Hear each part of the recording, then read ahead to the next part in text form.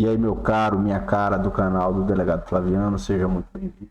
E nesse vídeo eu quero falar com você sobre os métodos de estudo.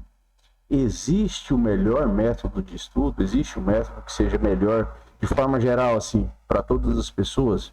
É possível que nós possamos afirmar que há um método. De repente você está na pegada aí, se preparando para o concurso, e aqui sabe que a gente traz, eu falo bastante sobre o concurso da Polícia Civil.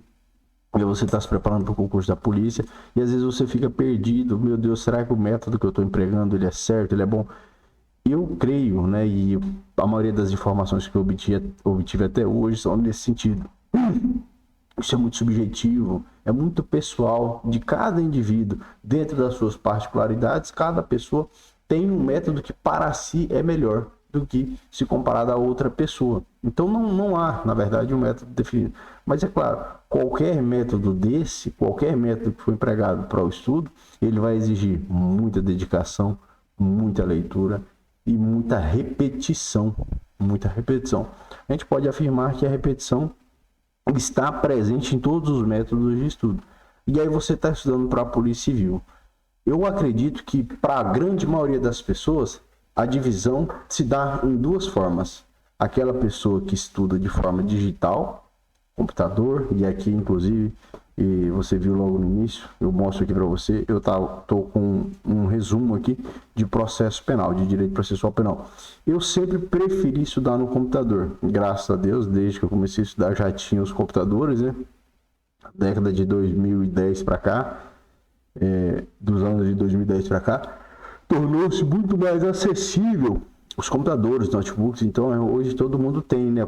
A maioria das pessoas consegue adquirir um notebook aí, mediano na faixa dos seus 800, 1.200 reais, e aí consegue estudar, né? Eu digo a maioria das pessoas, sei que infelizmente no nosso país, em razão da acentuada desigualdade social, muitas pessoas não têm condição sequer de ter um notebook, mas a maioria das pessoas, eu acredito, que estão se preparando para concurso, devem ter condições de adquirir um notebook, de repente um meia-vida, já um usado, né, um de segunda mão.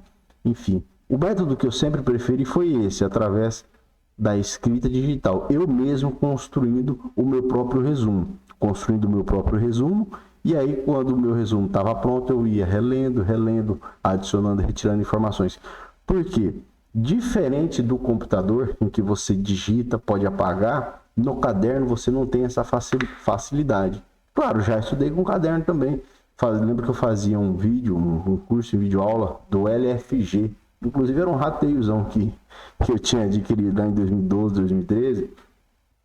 E aí nesse curso do LFG eu ia assistindo e ia anotando, conforme os professores iam falando, como se eu estivesse dentro de uma sala de aula. Porque, cara, pensa só, eu estou prestando atenção, exercendo a minha habilidade ou o meu sentido da visão. Estou ouvindo o professor falar, exercendo a audição, ou me valendo da audição. E eu estou escrevendo, me valendo do tato. Então, eu na minha concepção, na minha ideia, na minha compreensão, eu estou utilizando todas as minhas habilidades ali naquele momento de aprendizagem. E eu acho que isso é importante. E aí eu ia anotando com a mão, né? Com a mão, naturalmente, nós escrevemos de uma forma um pouco mais lenta. Mas o processo de aprendizado é isso, você tem que ter paciência. Você tem que ser paciente. Não adianta você querer aloprar, não adianta você se desesperar. Você tem que ser paciente, né? E até para alcançar e descobrir qual o melhor método para você, você vai ter que ser muito paciente. Você vai ter que ser muito paciente até que você descubra qual é esse método ideal para você. Pois bem, no caderno eu percebi que eu não conseguia depois modificar informações. Você sabe, eu sou formado em Direito, sou bacharel em Direito. E então, no curso de Direito, nós já verificamos que as mudanças legislativas são muito frequentes, são muito rápidas. Então, hoje você está estudando uma coisa de Direito Penal, de Direito Administrativo, amanhã essa coisa já está diferente, já tem modificações. E aí, como é que eu conseguia mudar o caderno? Não tinha como, né? E muita rasura, muita rabisco, acaba ficando ruim. No computador, não. No computador, eu vinha anotando como tá aí. Veja só, aqui um tópico: prisão em flagrante nas espécies de crimes. E aí, crimes permanentes. Eu colocava um conceito, comecei a adotar esse estudo através do computador, transferi aquilo que estava escrito para o computador. Aí, olha como eu começava a fazer. Bom, crimes permanentes. O crime permanente, está aí a leitura. O crime permanente é aquele cuja consumação se prolonga no tempo e sobre o qual a gente detém o domínio sobre sua execução durante todo o período. Pois bem, quando eu estivesse fazendo uma segunda leitura desse conceito, numa revisão, por exemplo, eu posso modificar o conceito. Eu posso modificar o conceito de crime permanente e ao invés de colocar a consumação se prolonga, eu posso colocar a consumação é protraída no tempo, os efeitos da consumação são protraídos, são prolongados, e aí eu vou modificando. Modificando, eu exerço a criatividade também, e a criação de conceitos.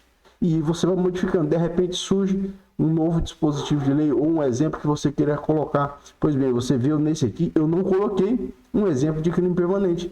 Imagine que na sua segunda leitura, no seu material digitado, no seu material todo informatizado, você fala, porra, eu assisti a aula, pô, estudei e o professor não falou de exemplo, não anotei exemplo, não tem exemplo. Qual é um exemplo de crime permanente? Um crime permanente. Opa, caramba, qual? Bom, cárcere privado, sequestro e cárcere privado, extorsão mediante sequestro, são crimes permanentes, são crimes que têm os seus efeitos prolongados. Enquanto se permanece, enquanto se continua mantendo a pessoa em cárcere, a pessoa sequestrada e ainda se exigindo os valores para liberar aquela pessoa, você tem uma situação de extorsão mediante sequestro e a consumação vai sendo protraída enquanto não cessa a infração penal, né? É como se renovasse a consumação o tempo todo. E aí você pode inserir um exemplo aqui no seu texto. Você pode modificar, fazer as alterações, você pode colorir, né? Eu percebi dessa forma que o método informatizado, o método de escrita no computador, no notebook, era muito melhor do que o método empregado, no caderno. Essa é uma consideração que eu vejo em relação a esses dois métodos que são mais comuns para as pessoas. Pois bem, aquelas pessoas que não têm condições de fazer a leitura nem a escrita, porque veja como o método é algo muito pessoal, o método de estudo. Tem pessoas que não têm condições de escrever por alguma limitação das mãos, talvez por ausência da visão, e elas precisam estudar apenas utilizando a audição, né? Algumas, no caso, a pessoa que tem alguma limitação das mãos não consegue escrever, né? Não consegue aprender enquanto exerce o tato. Aquela que tem a limitação da visão não consegue ver, consequentemente não consegue escrever, eu acredito que nesse sentido de estudo.